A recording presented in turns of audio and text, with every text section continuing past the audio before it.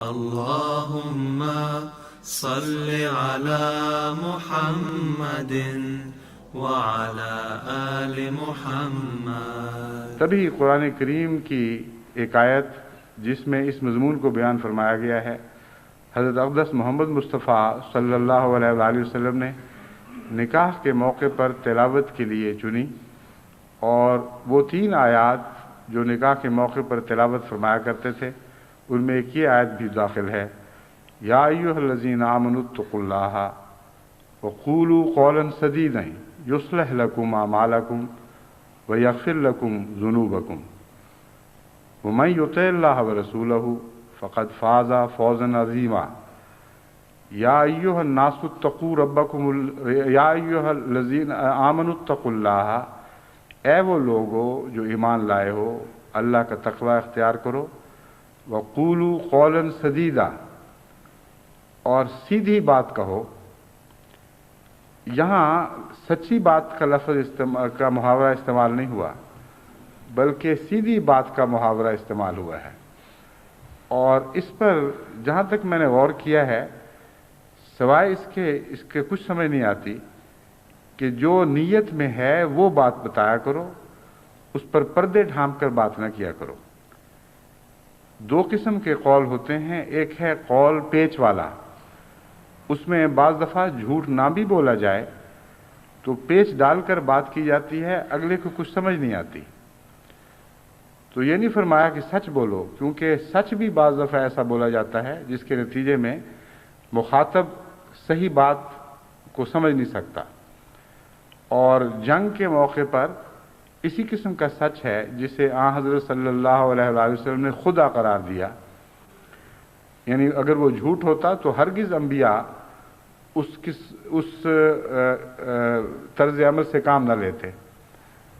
رہتا سچ ہے مگر جنگ کے دوران جائز ہو جاتا ہے، اور اس تھوڑے سے بھیس بدلے ہوئے سچ کا نام خدا ہے تو سچ، مگر اس نے لباس ایسا اوڑھ لیا ہے کہ جس کے نتیجے میں دوسرے شخص کو غلط خبر ملتی ہے، اور اس میں کہنے والے کا قصور نہیں بلکہ اس کی ذہانت کو داد ملتی ہے۔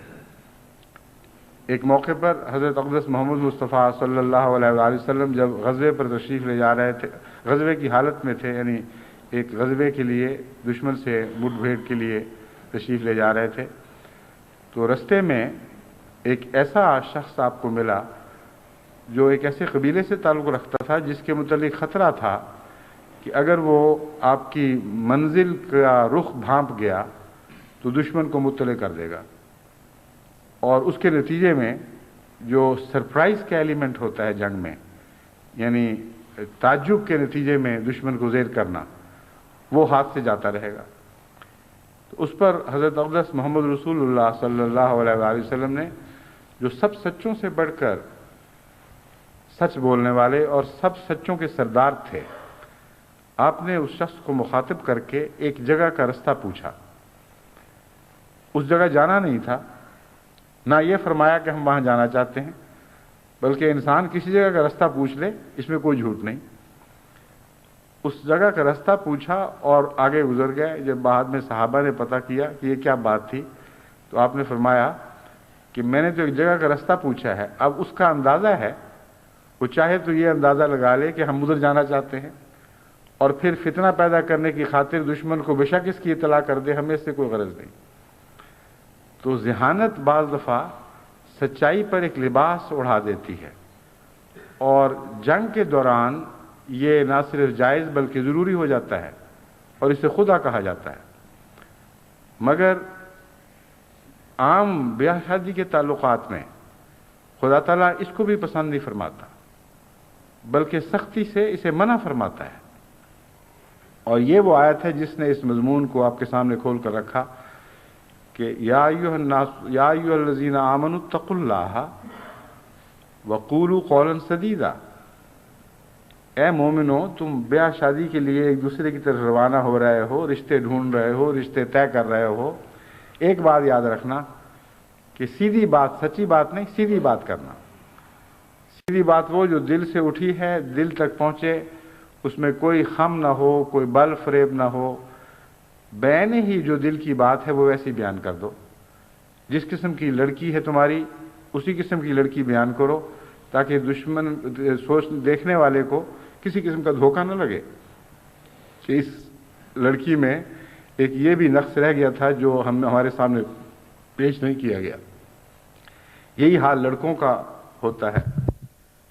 اس ضمن میں نیتوں کے فطور کا ایک اور بھی تماشا ہے جو اکثر دیکھنے میں آتا ہے.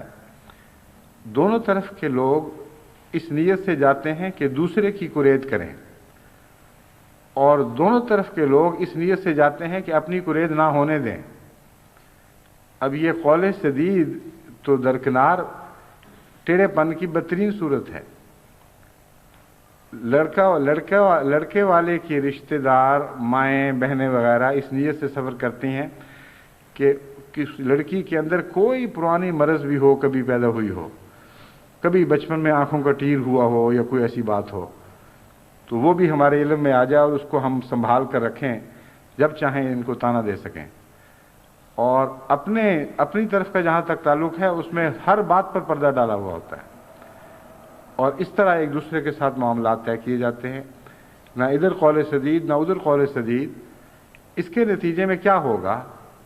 قرآن کریم نے اس مضمون کو یوں کھولا, قولوا قولا سدیدا یصلح لکم اعمالکم.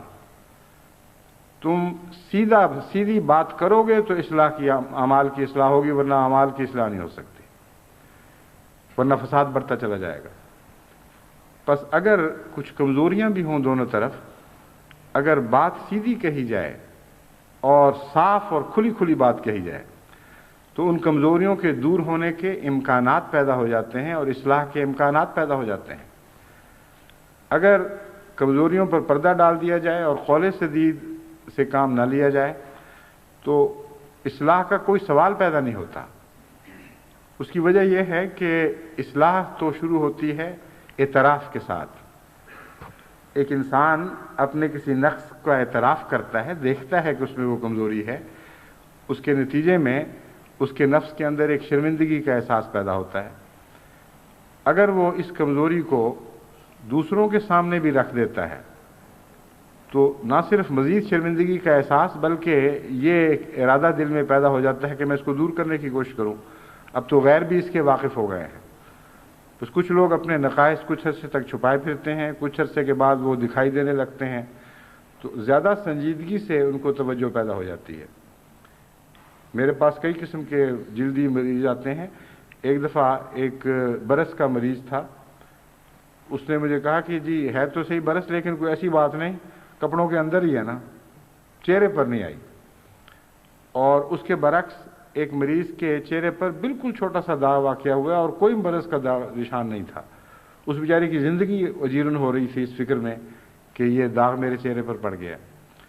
تو انسان بنیادی طور پر بہت ہی زیادہ نمائش والا جانور ہے اور بہت زیادہ اپنے نقائص پر پردے ڈالنے والا جانور ہے. اس پہلو سے اگر وہ چھپا لیتا ہے اپنی کمزوریوں کو یا سمجھتا ہے کہ چھپی ہوئی ہیں تو اسے اصلاح کی طرف کوئی توجہ نہیں ہوگی. جیسا کہ میں نے مریض کا بتایا ہے, میں اس کے لیے دوائی تجویز کر رہا تھا, اس نے کہا جی کوئی نہیں فرق پڑتا, یہ جسم کے کپڑوں کے نیچے ہی ہے, کوئی نہیں فرق پڑتا. ہاں اگر چہرے پر ایک چھوٹا سا داغ بھی آ جاتا تو وہ کئی ڈاکٹروں کے گھر پھرتا اور دیکھتا کہ شاید کہیں سے کوئی علاج مل جائے. تو اس لیے اصلاح کے لیے اپنی بیماری کا احساس اور یہ احساس بھی ضروری ہے کہ اب یہ اس بیماری کا دوسروں کو بھی پتہ لگ رہا ہے یا پتہ لگنے والا ہے. اور یہ واقعہ بیاہ شادی کے وقت ضرور ہوتا ہے. اگر کوئی انسان تقوی سے کام لینے والا ہو, اس کی نیت میں یہ بات داخل ہو کہ وہ 3 آیات جو اس نکاح کے موقع پر پڑھی گئی تھیں میں ان کا حق ادا کروں گا, ورنہ گویا وہ میرے نکاح پر پڑھی نہیں گئیں. اگر ان آیات کو سننے کے بعد ان کا حق ہی ادا نہیں کیا تو کسی کی بلا سے, چاہے اس کے نکاح پر پڑھی گئی ہوں یا کسی اور کے نکاح پر پڑھی گئی ہوں, اس کے نکاح سے تو ان آیات کا تعلق باقی نہیں رہے گا. اور یہ وہ آیت ہے مرکزی جس کا ہر شخص کے نکاح سے گہرا تعلق ہے اور اس کی آئندہ زندگی سے گہرا تعلق ہے. بس قول سدید سے کام لینے والوں کے لیے پہلی منزل بہت مشکل ہے. بیاہ کی میں دلچسپی رکھنے والے ماں باپ جن کی بیٹیاں بڑی ہو رہی ہوں وہ جانتے ہیں کہ کتنا مشکل کام ہے جب دیکھنے والا آتا ہے اور مختلف حالات کا جائزہ لیتا ہے، اس وقت یہ ساتھ بتا دینا کہ جی میری بیٹی کو یہ بیماری بھی ہے۔ کتنے ماں باپ ہیں جن میں یہ ہمت ہے؟ بس وہ یہ بہت ہی تلخ قدم ہے جو ان کو اٹھانا پڑتا ہے، لیکن متقی ضرور اٹھائے گا، اور جو تقوی کی بنا پر یہ قدم اٹھاتا ہے خدا اس کا خود کفیل ہو جایا کرتا ہے۔ اس بات کو لوگ بھلا دیتے ہیں، نتیجتاً پہلا قدم تلخ تو نہیں اٹھاتے مگر اس کے بعد زندگی کے ہر قدم کو تلخ بنا دیتے ہیں۔ اس بیٹی کا ہر سفر پھر مصیبتوں اور اذیتوں کا سفر بن جاتا ہے۔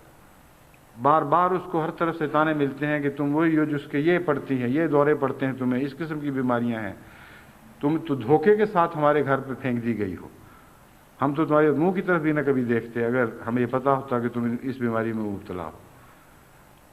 لیکن جو شخص خدا پر توکل کرتے ہوئے، یہ جانتے ہوئے کہ اللہ تعالیٰ کی نصیحت ہے کہ شادی بیاہ کے موقع پر خصوصیت کے ساتھ قول سدید سے کام لینا ہے، قول سدید سے کام لینے کی نیت کر لیتا ہے، اس کے ساتھ خدا کا وعدہ ہے یصلح لکم اعمالکم۔ یصلح لکم اعمالکم میں بیماریوں کو بھی داخل کرتا ہوں، کیونکہ خدا کی خاطر نیک نیتی کے ساتھ قول سدید سے کام لیا گیا ہے، وہاں ایک مریضہ کی بیماری بھی اس میں داخل ہو گئی ہے، ایک مریض کی بیماری بھی اس میں داخل ہو گئی ہے۔ تو میرے نزدیک تو یہ اصلاح کا وعدہ صرف ظاہری اعمال سے نہیں بلکہ بیماریوں اور ہر قسم کی کے اور عوارض سے بھی ہے۔ بس میں سب احمدی گھرانوں کو نصیحت کرتا ہوں کہ شادی کے وقت وہ ہرگز اس لالچ میں کہ کہیں یہ دیکھنے والا بھاگ نہ جائے اپنی بیٹی یا اپنے بیٹے کے عیوب کو چھپائیں نہیں، بلکہ خود بتائیں کہ یہ کمزوریاں ہیں۔ اس کے بعد اگر کوئی قبول کرتا ہے تو بسم اللہ، اور اس کے بعد قبول کرنے والا پھر خود کم سے کم اتنی عقل تو رکھتا ہوگا کہ اس چیز پر کسی کو تانے نہ دے۔ عام طور پر جو بیماریاں اور تکلیفیں جاننے کے بعد پھر جو قبول کرتے ہیں وہ بڑے حوصلے والے لوگ ہوتے ہیں، اور خدا کے فضل کے ساتھ ان کو حسن سلوک کی بھی توفیق ملتی ہے۔ چنانچہ ایسے بھی لوگ میرے علم میں ہیں جنہوں نے بیماریاں دیکھیں، ان کو پتہ تھا کہ بہو جو گھر میں آنے والی ہے وہ کس کس عارضے میں مبتلا رہی ہے یا مبتلا ہے، اس کے باوجود مجھ سے خود بعضوں نے ذکر کیا کہ ہماری بیٹیاں نہیں بیمار ہوتی، کہ اللہ کی مرضی ہے، جس کو چاہے بیمار دے، جس کو چاہے بیمار بنا دے، جس کو چاہے شفا عطا کرے، تو بچی اچھی ہے، نیک فطرت ہے، ہمیں منظور ہے۔ اور حیران ہو جاتا ہے آدمی کہ خدا کے فضل سے ایسے نیک، خدا تعالیٰ کے ایسے نیک اور پارسا بندے بھی موجود ہیں جو تقوی کی بنا پر بیاہ شادی کے فیصلے کرتے ہیں۔ اسی طرح بہت سی شکایات جو میرے علم میں آتی ہیں ان میں ایک بنیادی وجہ قرآن کریم کے ارشاد قول سدید کو نظر انداز کرنا ہوتا ہے۔ قرآن کریم جب فرماتا ہے قول سدید اختیار کرو، خصوصاً بیاہ شادی کے معاملے میں، کیونکہ نکاح کے موقع پر یہ آیت تلاوت کی جاتی ہے، تو اس میں ایک خاص حکمت ہے۔ یہ نہیں فرمایا سچ بولو۔ سچ بولنا اور قول سدید میں بعض مقامات پر اتفاقات ہیں، بعض جگہ یہ دونوں الگ الگ مضمون بیان کرتے ہیں۔ عام طور پر ایک آدمی جب اپنی لڑکی کے متعلق بتاتا ہے کہ میری لڑکی میں یہ تعلیم ہے، فلاں فلاں خوبیاں ہیں، تو یہ سچائی ہے اگر وہ سچی واقعتاً باتیں ہیں، اس کو ہم کہہ سکتے ہیں اس نے سچ بولا۔ لیکن اگر وہ بفرض محال مرغی کی مریضہ ہو، یا بفرض محال تو نہیں ہے، اگر خدا نخواستہ وہ مرغی کی مریضہ ہو یا اس کے اندر کوئی اور اندرونی ایسا نقص پایا جاتا ہو، مثلا وہ بچہ نہیں پیدا کر سکتی، تو اس کو چھپانا بظاہر سچائی کے خلاف نہیں ہے، کیونکہ اس نے نہیں کہا کہ اس میں وہ نقص نہیں پایا جاتا، لیکن قول سدید کے خلاف ہے۔ جب کہا جاتا ہے قولوا قولا سدیدا، تو مراد یہ ہے کہ معاملہ صاف رکھو اور معاملے میں کوئی کجی نہ آنے دو.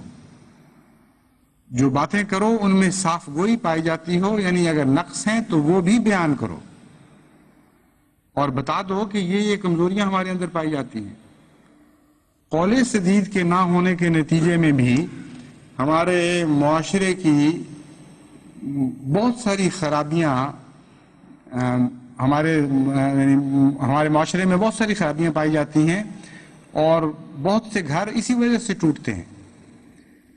اور قول سدید کا نہ ہونا اتنا ایک وسیع عمل ہے جو ہر حصے پر اثر انداز ہوتا ہے. یعنی بعض لڑکے والے آ کے جھوٹی باتیں بتاتے ہیں، وہ تو خیر جھوٹ میں چلا جائے گا، لیکن بعض خامیوں پہ پردے ڈالتے ہیں اس لڑکے کی.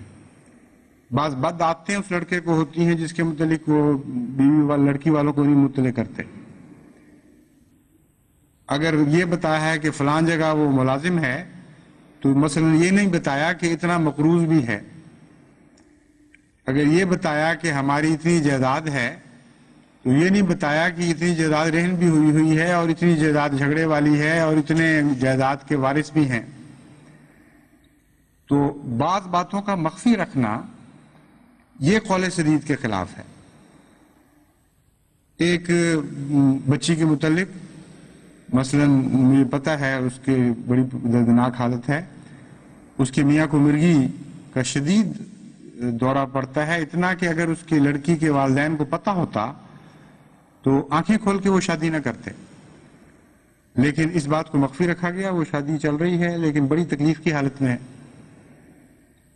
تو ایک دو جگہ نہیں، ہزارہ مثالیں آپ کو ہمارے معاشرے کی دکھوں کی ایسی ملیں گی جہاں قول سدید کو نظر انداز کر دیا گیا ہے.